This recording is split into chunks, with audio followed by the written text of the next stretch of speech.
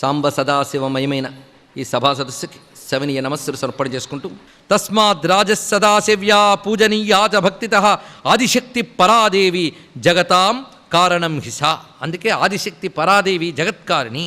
ఆ తల్లిని ఆరాధించు. ఎలా ఆరాధిస్తావంటే అమ్మవారిని ఎలా ఆరాధించాలో కొన్ని చెప్తున్నాడు ఇక్కడ. స్మృత సంపూజిత భక్త్యా ధ్యాత ఉచ్చారిత స్తుత దదాతి వాంఛితానర్థాన్ కామదా తేన కీర్త్యతే. అమ్మవారికి కామదా అని పేరున్నది. కామదా అన్న కామదాయిని అన్న ఒకటే అర్థం. కామాక్షి కామదాయిని. కామదాయిని నామానికి అర్థం చెప్తున్నాడు ఇక్కడ. కోరిన కోరికలు తీర్చుతుందిట. ఎవరికి? స్మృత సంపూజిత ధ్యాత ఉచ్చారిత స్తుత 5 చెప్పాడు ఇక్కడ. స్మృత స్మరించితే అన్నాడు ఇక్కడ. స్మరించిన, సంపూజిత చక్కగా పూజించిన. చక్కగా పూజించడం అంటే కొంచెం అందమైన పట్టుబట్ట కట్టుకుని పూజించడమా? చక్కగా పూజించడం అంటే ఏకాగ్రముగా శ్రద్ధగా పూజించిన. సంపూజిత ధ్యాత ధ్యానం చేసిన, స్మరించిన, పూజించిన, ధ్యానం చేసిన. ఉచ్చారిత ఎలుగెత్తి ఆ నామాన్నన్నా అది ఉచ్చారిత. స్తుత స్తోత్రం చేసిన. ఈ 5 చేయాలట. చేస్తే వాంఛితాన్ అర్థాన్ దదాతి. కోరిన కోరికలను అమ్మ తప్పకుండా తీర్చుతుంది. 5 ఏది చేసినా. అయితే అన్నిటికీ క్లాజులాగో కండిషన్ పెట్టాడండి మధ్యలో. భక్త్యా అది చాలా ప్రధానమైనది. 5 ఎలా చేయాలి? భక్తితో చేయాలి. ఆశ్రయ బుద్ధితో శ్రద్ధతో చేయాలి. శ్రద్ధాపూర్వక ఆశ్రయమును భక్తి అంటారు.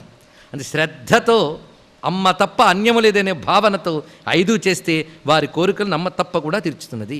ఈ మహానుభావుడు పశ్చాత్తాప్తుడై సత్యమనే తల్లిన ఆశ్రయించి బ్రహ్మచర్య వ్రతంలో ఉన్నాడు గనక తనంత తాను బీజాక్షరం పలికి వెంటనే సిద్ధి లభింపజేసింది. ఇది ఈ కథలో ఉన్నటువంటి విషయం. ఇది విన్నావుగా అమ్మవారి యొక్క మాహాత్మ్యాన్ని అంటున్నాడు మహానుభావుడైన వ్యాసుడు జనమేజయునితో.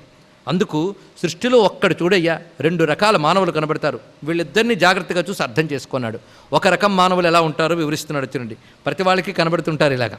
ఇందులో మనం ఎక్కడున్నామంటే ఎవరికి వాళ్ళే చెప్పుకోవచ్చు. ఒక్కొక్కప్పుడు ఇక్కడ, ఒక్కొక్కప్పుడు అక్కడ కూడా ఉంటూ ఉంటాం. అప్పుడు అర్థం చేసుకోవాలి, అక్కడ ఉండడానికి ఒక ఫలం ఉంది, ఇక్కడ ఉండడానికి ఒక ఫలం ఉన్నది. అలాగే అక్కడ ఉన్నవారికి వెనకాల ఒక ఫలం ఉన్నది, ఇక్కడ ఉన్నవారి వెనకాల ఒక ఫలం ఉన్నది. అది వివరిస్తున్నారు ఇక్కడ. దృష్ట్వా రోగయుతాన్ దీనాన్ క్షుదితాన్ నిర్ధనాన్ శఠాన్ జనాన్ ఆర్తాం స్థితాన్ మూర్ఖాన్ పీడితాన్ వైరిభిస్సదా దాసాన్ ఆజ్ఞాకరాన్ క్షుద్రాన్ వికలాన్ విఫలానథ అతృప్తాన్ భోజనే భోగే సదార్థాన్ అజితేంద్రియాన్ తృష్ణాధికానస్తాంశ్చ సహాది పరిపీడితాన్. వీళ్ళు ఒక వర్గం అంటండి. ఈ వర్గం ఎవరో చూడండి ఇక్కడ. దీనులు, ఎప్పుడు ఏదో దిగులు బాధ. ఆర్తులు, దరిద్రులు, శఠులు. శఠులు అంటే మూర్ఖులు, ఎప్పుడు ఆకలి దప్పికలతో బాధపడేవారు. రోగపీడితులు, పతితులు, మూర్ఖులు. వీళ్ళందరూ కనబడుతుంటారు మన లోకంలో. ఏమి చెప్పినా పాపం మూర్ఖులు. శత్రుబాధలో బాధపడేవారు, బానిసలు, ఎప్పుడు మనస్సులో వ్యాకులత్వం కలిగిన వారు, దిక్కులేనివారు, వికలాంగులు, నీచ స్వభావం కలిగిన వారు. వీరందరూ ఒకవైపుట. రెండో వైపు ఎవరుంటారో చూపిస్తున్నాడు ఇక్కడ. వీరు విభవ సంపన్నాన్ పుత్రపౌత్ర వివర్ధనాన్ పుష్టదేహాంస సంభోగై సంయుతాన్ వేదవాదిన రాజలక్ష్మ్యాయుతాన్ సూరాన్ వశీకృత జనానథ స్వజనైరవిషయుక్తాంశ్చ సర్వలక్షణ లక్షితాన్. ఇక్కడ ఇంకో వర్గం వాళ్ళు ఎవరు వివరిస్తున్నారు ఇక్కడ. వాళ్ళు గొప్ప సంపదలు కలిగినటువంటి వారు, వేదవాదులు, ఐశ్వర్యము అధికారము కలిగిన వారు, శూరులు, ఇతరుల్ని తన వశంలో పెట్టుకున్నటువంటి వారు. అంటే వాడు ఏం మాట చెప్పినా అవతల వాళ్ళు లొంగిపోతాడు. అలా ఇతరుల్ని లొంగ తీసుకునేవారు, సర్వ సులక్షణములు కలిగిన వారు వీరు కనిపిస్తుంటారు. వీళ్ళందరూ ఒకవైపు, వారందరూ ఒకవైపు. ఇప్పుడు ముందు చెప్పిన లిస్ట్ ఉందే, ఆ లిస్టుకి వాళ్ళు ఎవరయ్యా అంటే ఇదివరకు జన్మల్లో అమ్మని ఆరాధించని వారు. మరి ఈ సంపన్నులు, జ్ఞానులు, మహాత్ములు వీళ్ళందరూ ఎవరయ్యా అంటే అమ్మని ఆరాధించి అమ్మ అనుగ్రహం వల్ల ఈ జన్మ పొందినవారు. ఇది తెలుసుకో అన్నాడు. ఈ 2 పరిశీలించు. దీన్ని అనుమాన ప్రమాణము అంటారట. అందుకే అనుమానమిదం రాజన్, అనుమాన ప్రమాణంతో చూడు. సృష్టిలో యజ్ఞము చేయనిది మనకేది లభించదు. అందుకే యజ్ఞేన కల్పతాం అని చెప్తున్నది. యజ్ఞం వల్లే అన్నీ లభించాయి. యజ్ఞం అంటే భగవదారాధన. గత జన్మల్లో చేసిన యజ్ఞముల వల్ల ఇప్పుడు పనిచేసే ఇంద్రియాలు లభించే, వికలాంగం లేకుండా. నోట్లో 4 వేళ్ళు వెళుతున్నాయి. ఒకడెవడో పెట్టక్కర్ లేకుండా మన సంపాదన మనకున్నది. ఏ సులక్షణం కనబడినా ఇదివరకు ఏదో అమ్మవారిని ఆరాధన ఏదో చేసుకున్నాం, అందుకు లభించింది. ఆ పాట చేసుకుంటే ఈ పాట వచ్చిందంటే ఈ వచ్చిన వాడితో ఇంకెంత చేసుకోవాలి? యజ్ఞేన కల్పతాం. యజ్ఞం ద్వారానే సార్థకం అవ్వాలి కనుక ఇదివరకు యజ్ఞముల ద్వారా మనకిప్పుడు ఇవి లభిస్తే మళ్ళీ వీటిని యజ్ఞమునికి వినియోగించుకో, తర్వాత ఇవి ధన్యతనిస్తాయి. అందుకే లోకంలో ఏ భోగం అనుభవించాలన్నా అమ్మవారు అనుగ్రహం వల్లని, ఇదివరకు అమ్మవారిని ఆరాధించడం వల్లనే ఇవి లభించాయి. మళ్ళీ ఇప్పుడు ఏం చేయాలి? మరింత ఆరాధన చేయాలి. అందుకే సకామంగా అమ్మవారిని ఆరాధించిన వారు, తెలుసో తెలియక అమ్మవారిని ఆరాధించిన వారికి అభీష్ట సిద్ధులు లభించి ఉత్తమ స్థితులు లభిస్తున్నాయి. దీని యొక్క స్థితి ఇది. వారు ఉన్నదానికంటే ఉన్నత స్థితిని పొందుతున్నారు. అది ఈ జన్మలో, తర్వాత జన్మల్లో, తర్వాత లోకంలో పొందుతారు. ఇది ఎవరైతే సకామంగా అమ్మవారిని ఆరాధిస్తారో లేదా తెలుసో తెలియక ఆరాధించే వారి యొక్క విశేషం ఇది. తెలిసి ఎరుకతో, నిష్కపటమైన ప్రేమతో, భక్తితో నిష్కామంగా ఆరాధించారా వారికి చిత్తశుద్ధి, బ్రహ్మజ్ఞానము, మోక్షము కూడా లభిస్తున్నది. ఇది తెలుసుకోవాల్సింది. మొత్తానికి యొక్క కథలో చివరికి ముగింపులో చెప్తున్న తాత్పర్యం ఏమిటి? వ్యాసదేవుడి జనమేజయానికి మానవుడి కర్తవ్యం అమ్మవారి ఆరాధన. ఇది తప్ప మరొకటి లేదు. అందుకే అది తప్ప మరొక మార్గం లేదు. ఆపది కిం కరణీయం స్మరణీయం చరణకమలమంబాయా తస్మరణం కింకురితే బ్రహ్మాదీనామపి కింకరీకురితే అన్నాడు ఇక్కడ. అందుకు నిరంతరం అమ్మవారి ఆరాధన ఒక్కటే దేనికైనా మందు. ఇప్పుడు ఒక దుఃఖపడుతున్నామంటే ఈ గుర్తుపెట్టుకోవాలి. ఇది ఇప్పుడు ఈ దుఃఖానికి కారణం మన అమ్మవారిని ఆరాధించలేదు కనుక. ఇప్పుడు ఏం చేయాలి? ఎలాగూ సమాధానం నీ దగ్గర ఉంది కనుక మొదలుపెట్టు. ఇప్పుడు మొదలు పెడితే వస్తుందంటే గట్టిగా చేస్తే ఇప్పుడే వస్తుందిరా, తప్పకుండా వస్తుంది. అందుకు అమ్మవారి ఆరాధన వల్లనే ఈ సుఖములు లభిస్తున్నాయి. ఇది గ్రహించుకోవాల్సిన ప్రధానమైన విషయం అయ్యా.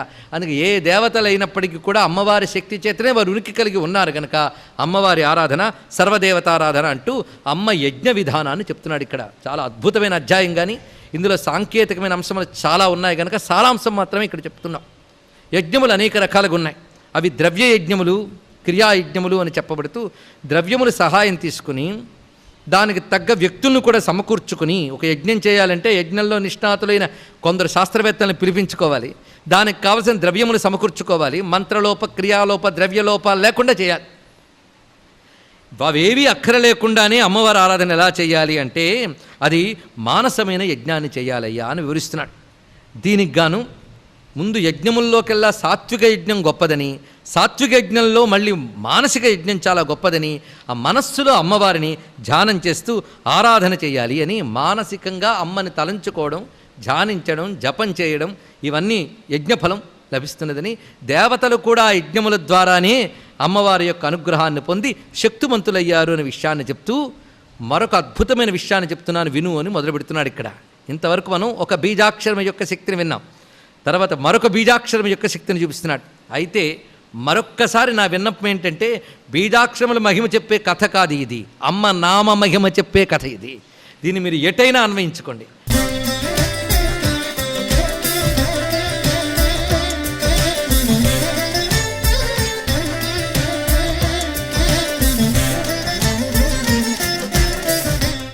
అమ్మ నామమహిమ గురించి చెప్తూ దేవీ భాగవతంలో మరొక అంశం చెప్పాడు. ఆశ్చర్యపోతాం మనం వింటే.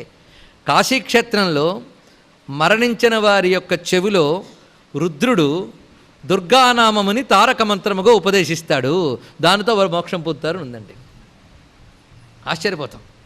అది చూస్తూ ఇంకోరు అంటారు రామనామాన్ని ఉపదేశంగా తారక మంత్రాన్ని ఇస్తాడు అని కొందరు చెప్పారు. ఈ రెండూ కాదండి, పంచాక్షర ఉపదేశిస్తాడు మరికొందరు చెప్పారు. ఎందుకు ఏది ఉపదేశిస్తాడంటే రుద్రుడు చెవిలో ఏం చెప్పాడో మనకేం తెలుస్తుందండి. ఒకటే మాట, ఆయన చెవిలో చెప్పింది ఎవడు చెప్పగలడు? దీన్ని బట్టి మరి ఇవన్నీ అబద్ధాలేనా? ఒక్కడ అబద్ధం కాదు. ఇన్ని సత్యాలు ఉంటాయా? ఏదో ఒకటే సత్యం కదా అంటే ఇన్ని సత్యాలే ఒకటే సత్యం. ఇది తెలుసుకోవాల్సింది. తారకము అంటే మోక్షం ఇచ్చున్నది అని అర్థం. రుద్రుడు చెవిలో ఉపదేశిస్తాడు అంటే అర్థం ఆ జీవుడు దేనివల్ల మోక్షం పొందుతాడో దాన్ని ఉపదేశిస్తాడని అర్థం. ఇది ఒకటి, ఇంకొకటి ఏం లేదు ఇక్కడ. ఇది అన్వయించుకోవాల్సింది. దుర్గానామాన్ని ఉపదేశిస్తాడు. అది అసలు తారకం అంటే వేదం చెప్పింది ఓంకారస్తారహ అని. కానీ పంచాక్షరిని ఆవిష్కరించినటువంటి ఉపనిషత్ మంత్రమైతే పంచాక్షరినే తారకోయం, ఇది అవిముక్త క్షేత్రమనందు శివుడు ఉపదేశిస్తాడని స్పష్టంగా చెప్పారు అక్కడ. మరి మన తులసీదాస్ గారిని అడిగితే రామనామని చెప్తారంటారు. తులసీదాస్ తప్పంటే అదిగో దోషం మళ్ళీ. అందుకే ఇది అన్వయం. కానీ దుర్గానామానికి తారకమని ఒక సంజ్ఞ ఉన్నది అని ఇప్పుడు ప్రస్తావన ఎందుకు చెప్తున్నాం? పురాణం ఎందుకు చెప్పింది ఆ మాట అంటే అమ్మ నామములు మనల్ని తరింపజేస్తున్నాయి. నిరంతర అమ్మ నామచింతన ఇంత చెప్తున్నారు. అమ్మ నామముల్లో ప్రధానమైన నామములు ఏమిటి అంటే అకారం నుంచి క్షకారం వరకు ఉండే 50 అక్షరాలు అమ్మనామములు. ఇవి తెలుసుకోవాలి. మాతృకా వర్ణ రూపిణి అన్నారు ఇక్కడ. ఒక్కొక్క అక్షరం అమ్మనామమే. ఇప్పుడు మాట్లాడండి. మాట్లాడుతున్నప్పుడు ప్రతి అక్షరం అమ్మనామం అనుకోండి, అప్పుడు ఆ అక్షర సిద్ధి తప్పకుండా లభిస్తుంది. అందుకే ప్రతి అక్షరము అమ్మనామమే అని ఆ అక్షరములను ఉపాసించడమే చెప్తున్నారు. ఈ అక్షరములను తీసుకుని అమ్మ మంత్రాన్ని సంపుడితం చేస్తూ చేసే ఉపాసనే నంది విద్య అని పెద్ద రహస్యం. అది శ్రీ విద్యోపాసనలో తెలుసుకోవాల్సిన గ్రాహ్యమైన అంశం. అది మొత్తానికి ఆయి పల్లవితై అంటూ వివరిస్తూ కాళిదాసు మహాకవి దీన్ని వివరిస్తాడు. ఆ ఈ అనే అక్షరములను ఎలా సంపుడితం చేసి మంత్రజపం చేయాలి. అలాగే గాయత్రి మొదలైన మంత్రములను కూడా అకారం నుంచి క్షకారం వరకు ఉన్న అక్షరముల్ని మంత్రానికి అటు ఇటు సంపుడితం చేసి జపించే విధానం ఉన్నది అనేక మంత్రములకు. చెప్పవచ్చిన సారాంశం ఏమిటంటే ప్రత్యక్షరము అమ్మనామమే. ఇది తెలుసుకోవాల్సింది. అమ్మనామం లేని అక్షరం లేదు. అకారం నుంచి క్షకారం వరకు అమ్మనామములే. అందుకే అకారానికో దేవత, క్షకారానికో దేవత అన్నీ చెప్పారు. అందుకే అమృతాది మహాశక్తి సంవృత ఢాకినీశ్వరి. అమృతాది మహాశక్తి అంటే అందులో అకారం యొక్క దేవత అమృత. అలా క్షకారం వరకు మీరు వెళితే హంసవతి, క్షమావతి చివరి దేవతలు. కనుకనే అక్కడ అమృతాతో మొదలై హంసవతి, క్షమావతి అంటే అకారంతో మొదలై హకార క్షకారం వరకు ప్రత్యక్షరం అమ్మనామమే. అందులో ఏదో ఒకటి అయి. ఇది తెలుసుకోవాలి. అది వీడికి బీజాక్షరం ఏంది తెలుసుకుంటే, అందుకు అందరూ మాట్లాడే మాటలే కదండి. ఆ శబ్దమే అమ్మపరంగా ఉపాసిస్తే మంత్రమైపోయింది. ఇదే తెలుసుకోవాల్సింది. అందుకే అమంత్రం అక్షరం నాస్తి నాస్తి మూల మనౌషధం అని శాస్త్రం చెప్తున్నారు. మంత్రము కాని అక్షరం లేదు, ఔషధం కాని వేరు లేదు అన్నాడు. వేరంటే మూలం. ప్రతి వేరు ఒక ఔషధం ఏంట. కానీ ఏ వేరుని ఎలా కలిపితే ఔషధమవుతుందో వైద్యుడికి తెలుసు. ఏ అక్షరాన్ని ఎలా చేస్తే మంత్రమవుతుందో ఋషికి తెలుసు. అది ఇక్కడ. అందుకు మూలికలన్నీ ఔషధులని చెప్పి అడవిలోకి వెళ్ళి కనబడే ప్రతి మూలిక నోట్లో వేసుకుంటే తర్వాత మింగడానికి నోరు మిగలదు, వాడు మిగలడు. అందుకు పద్ధతి దేనికైనా ఉన్నది. అందుకే అక్షరములన్నీ మంత్రములే. ఇది తెలుసుకోవాల్సినది. అప్రయత్నంగా అమ్మ పలికించి ఐబీజాన్ని సిద్ధింపజేసింది. అలాంటి మరొక అద్భుతమైన విషయాన్ని ప్రస్తావన చేస్తూ రమ్యమైన మరొక దివ్య చరిత్రలోకి ప్రవేశింపజేస్తున్నాడు. ఈ కథ ఉన్నదే ఇదివరకటి కథ కంటే మరింత విస్తారమైన కథ. ఇది అమ్మ నామ మహిమని వివరించేటువంటి కథ. ఒకప్పుడు అయోధ్య కోసల దేశ రాజధాని అని చెప్పబడుతుంటుంది. సూర్యవంశ చక్రవర్తులు పాలిస్తూ ఉన్నారు. ఆ పరంపరలో ధ్రువసంధి అనబడేటువంటి మహాత్ముడు ఉండేవాడు. ఆయన ఇక్ష్వాకు వంశ ప్రభువు, రాజ్యపాలన చేస్తున్నాడు. ఆయన గుణములు చెప్తున్నారు. ధర్మాత్ముడు, సత్యసంధుడు, శుచివ్రతుడు, వర్ణాశ్రమ ప్రతిష్ఠాత. అలాంటి మహాత్ముడు. ఆయన రాజ్యంలో 4 వర్ణముల వారు క్షేమంగా హాయిగా సంపన్నులై జీవిస్తున్నారు. అంత మహానుభావుడికి ప్రధానంగా ధర్మపత్ని ఉన్నది. ఆమె పేరు మనోరమ. ఆ మనోరమ, అదేవిధంగా మరి యొక్క భార్య లీలావతి. ఇద్దరు సుగుణ కలవాళ్ళే. వారికి కొంతకాలానికి ఈ ఇద్దరు భార్యల ద్వారా సంతానాన్ని పొందేట. ఈ మనోరమకి కలిగినటువంటి వాడు సుదర్శనుడు అనేటువంటి వాడు. ఈ లీలావతికి కలిగిన వాడు శత్రుజిత్తు అనేటువంటి వాడు. చిత్రం ఏంటంటే ఈ సుదర్శనుడికి సాత్విక గుణం పాలు ఎక్కువైపోయింది. సాత్విక గుణం పాలు ఎక్కువైపోతే చూడ్డానికి మందకొడిగా కనిపిస్తారు, కానీ శక్తి సాత్వికానికి చాలా ఉంటుందండి. పరమ శాంతుడై సూరత్వం మొదలైనవి ప్రకటించకుండా చాలా ఒక బేలలాగా కనిపించేవాట.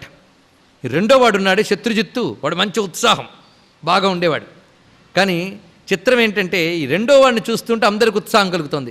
తండ్రికి కూడా ఈ రెండో వాడంటే ప్రేమ ఎక్కువగా కలుగుతుంది మొదటివాడి కంటే. ఎందుకయ్యా అంటే మొదటివాడి గురించి ఒకటే మాట చెప్పారు, మందభాగ్య అని ఒకటే మాట చెప్పారు. అంతే. అవతల వాడికి మన మీద ప్రేమ పుట్టింది అంటే అదొక సౌభాగ్యం, పుట్టలేదు అదొక మందభాగ్యం. అంతే. వాడిని అనకూడదు, మన భాగ్యం అంతే అనుకోవాలి. ఇక్కడ ఆ విధంగా మందభాగ్యుడు అవడానికి జ్యేష్ఠపుత్రుడే, కానీ గౌరవ మర్యాద మన్ననలు దక్కలేదు. మొత్తానికి ఇద్దరు పుత్రులు పెరుగుతూ ఉన్నారు. ఇంకా బాల్యదశ అప్పుడప్పుడే దాటుతున్నారు. ఈ సమయంలో ఒకప్పుడు మృగయ విహారానికి వెళ్ళాడు రాజు. ధ్రువసంధి అంటే వేట వినోదానికి కాకుండా క్రూర జంతువుల బారి నుంచి ప్రజల్ని కాపాడడానికి వేటకు వెళ్ళాడు. వెళ్ళినప్పుడు సింహంతో వేటాడుతున్నట్ట.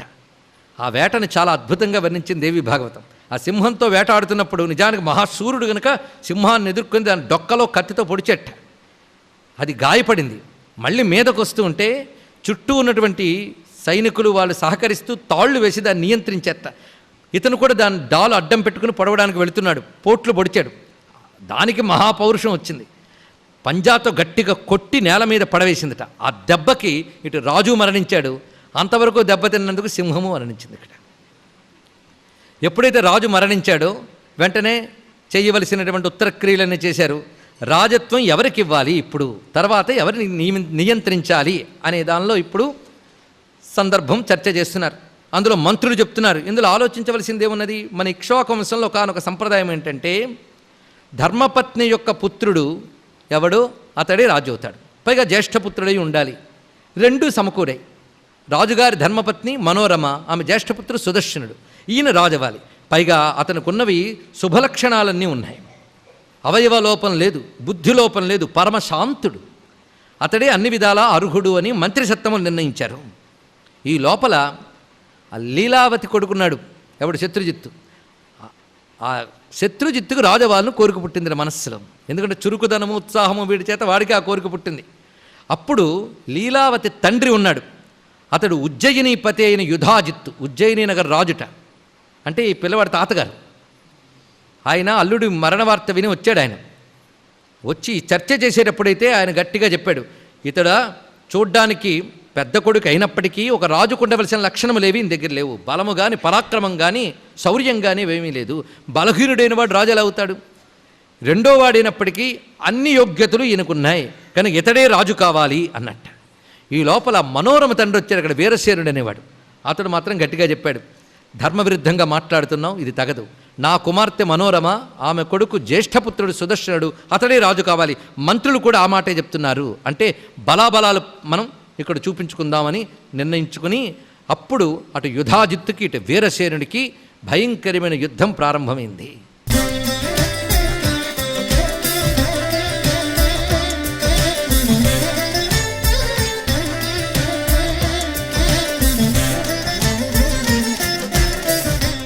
అప్పుడు అటు యుధాజిత్తుకి ఇటు వీరసేనుడికి భయంకరమైన యుద్ధం ప్రారంభమైంది. ఆ యుద్ధంలో యుధాజిత్తు గెలిచాడు. ఎప్పుడైతే యుధాజిత్తు గెలిచాడో ఇప్పుడు ఆ వీరసేనుడు మరణించాడు. వీరసేనుడు మరణించాక అతడు కుమార్తె అయినటువంటి మనోరమకు దుఃఖం కలిగింది. ఇంకా తనకి తన పుత్రుడికి భద్రత లేదు అని తెలుసుకున్నది. వెంటనే మంత్రుల్లో వాళ్ళ వైపు కొంచెం ధర్మబద్ధంగా ఆలోచించేటువంటి ఒక మంత్రి యొక్క సహాయం తీసుకుందట. ఆ మంత్రి సహాయంతో మనం ఇక్కడి నుంచి వెళ్ళిపోదాం, ఎందుకంటే శత్రుశేషం మిగల్చకూడదని ఆ యుధాజిత్తు వచ్చి నా కొడుకును కూడా సంహరించవచ్చు, ఎవరో రాజ్యం పాలించుకొని ముందు నా కొడుకుని నేను బ్రతికించుకోవాలి అని ఆ కొడుకుతో సహా మంత్రి సాయం తీసుకుని వెళ్ళిపోతూ గంగా తీరానికి వెళ్ళిపోదామని బయలుదేరిందిట. అక్కడ కాస్త ఏదో భగవత్ సేవ చేసుకుంటూ నేను కాలక్షేపం చేస్తానన్నది మంత్రి సహాయంగా వస్తూ ఉన్నాడు. గంగా తీరానికి వచ్చేటప్పటికల్లా కొందరు దొంగలు అటకాయించి, బోయవాళ్ళు అటకాయించి, రెండు రకాల దస్యులు నిషాదులు అన్నారు ఇక్కడ. నిషాదులు అంటే బోయవాళ్ళు. దొంగలు అటకాయించి వీళ్ళ దగ్గరున్న సంపదంతటిని దోచుకున్నారు.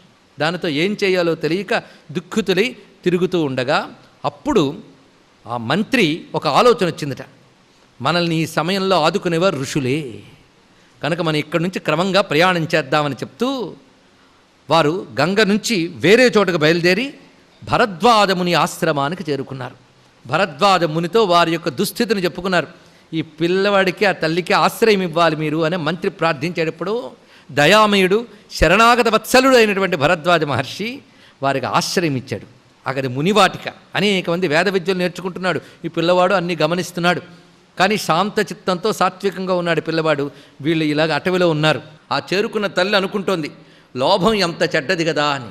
ఎందుకంటే ఇప్పుడు తాను తన యొక్క అల్లుడు కొడుకే ఇతను కూడా సుదర్శనుడు అయినప్పటికీ కూడా మట్టు పెట్టాలని చెప్పి ప్రయత్నిస్తున్నాడు అతడు.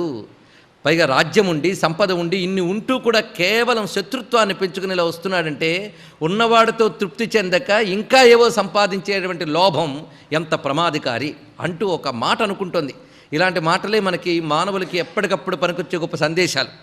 హంతి లోభ సమావిష్టో జనో నత్ర విచక్షణ అభక్ష్యభక్షణం లోభాత్ అగమ్యాగమనం తథా కరోతి కిల తృష్ణార్థో ధర్మత్యాగం తథా పునః.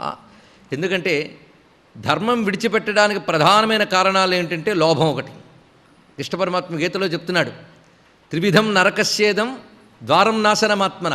మన ఆత్మతత్వాన్ని తెలియకుండా నాశనం చేసి మూడు ఉన్నాయట. అది కామ క్రోధస్తథా లోభం. కామము, క్రోధము, లోభము, ఈ మూడు మహాప్రమాదకారి. కోరిక, క్రోధము, వాటితో పాటు ఇంకా ఏదో తనకు కావాలని, ఉన్నదంతా తనకే మిగలాలని తాపత్రయం ఉన్నది, అది లోభం. ఈ లోభం చేత చెయ్యరానిది లేదు, విచక్షణ అనేది కోల్పోతాడు. ఎంత మేధావి అయినా లోభం చేత దెబ్బతింటాడు. అభక్ష్య భక్షణం, తినరానివి తింటాడు. అదేవిధంగా ధర్మత్యాగం, ధర్మాన్ని కూడా విడిచిపెడతాడు. ఇలాంటి పరిస్థితి. ఆ లోభం చేతే అతడు ఇప్పుడు భరద్వాజాశ్రమానికి కూడా వచ్చాడు. అందుకే ఆ తల్లి వెళ్ళి ముందు భరద్వాజుడిని ఆశ్రయించిందిట. ఆ దుర్మార్గుడి ఇక్కడికి వస్తున్నాడని తెలుస్తున్నది, ఆ సైన్యముల యొక్క రాక వినబడుతున్నది.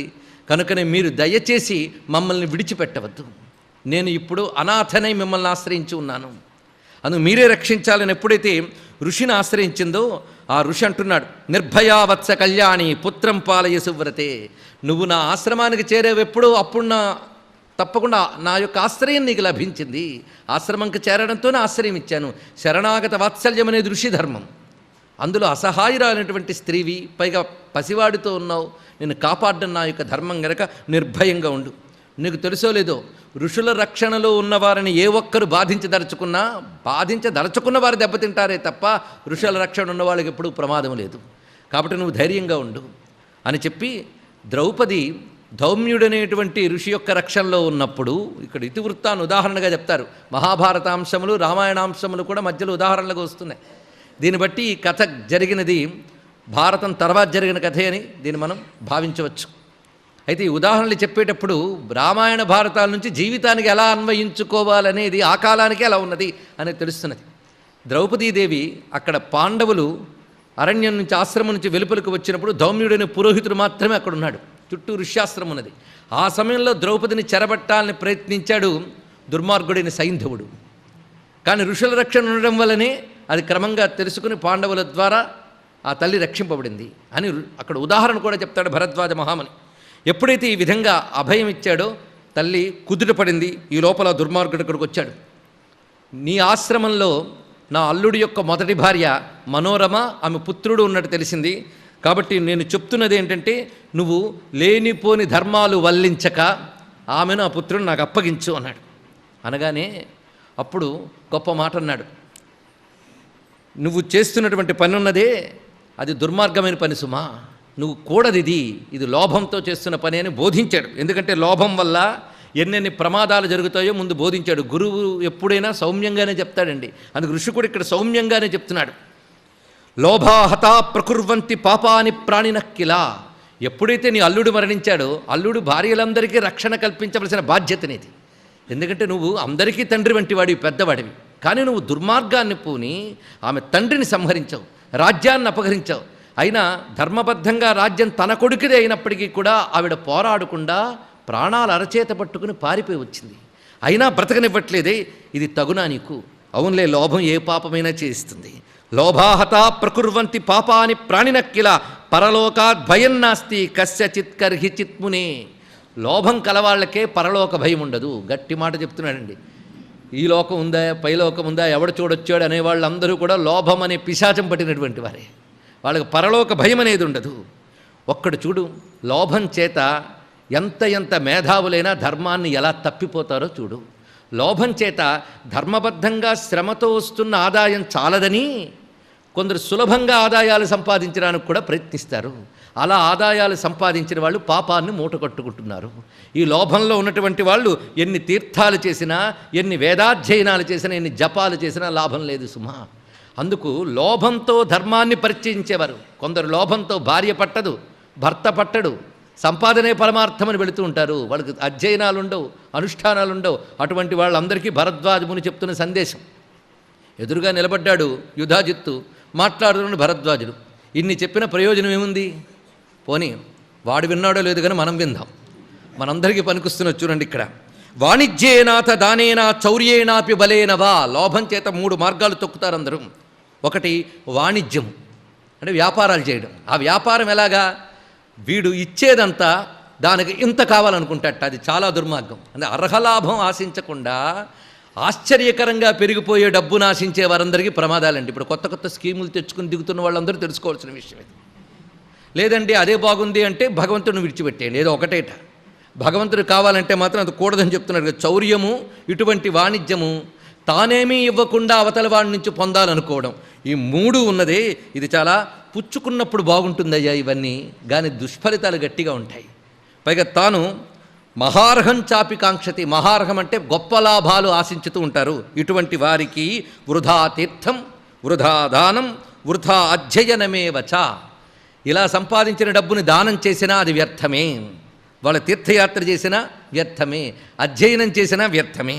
లోభమోహ వృతానం వై కృతం తదకృతం భవేత్. గొప్ప మాట చెప్తున్నాడు. లోభమోహాలు ఆక్రమించిన వారు కృతమైనా అకృతమే అన్నారు.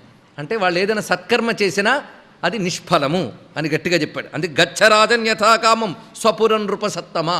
నువ్వు ఇటు అటు మాట్లాడకుండా వచ్చినవాడు వచ్చినట్లుగే నీ నగరానికి వెళ్ళిపోన్నాడు. ముందు సౌమ్యంగా సాత్వికంగా బోధించాడు, ధర్మబోధతో చెప్పాడు. కానీ యుధాజిత్తు పరాక్రమపు అహంకారంతో అంటున్నాడు, మునే ముంచ హఠం సౌమ్య విసర్జయ మనోరమాం. ఇదిగో నీ మొండి పట్టుదల పక్కన పెట్టి ఆ మనోరమను నాకు అప్పగించు, లేకపోతే ఈ వచ్చిన బలాన్నంతటి నీపై ప్రయోగించగలను జాగ్రత్త అన్నాడు. వెంటనే సరే ప్రయత్నించు, నీవు బలంతోనే ఆమెను తీసుకెళ్ళడానికి ప్రయత్నించు. ఏ విధంగా విశ్వామిత్రుడు వశిష్ఠుడి దగ్గరున్న కామధేనువుని తీసుకెళ్లాలనుకున్నాడో అలాగా అన్నట్ట.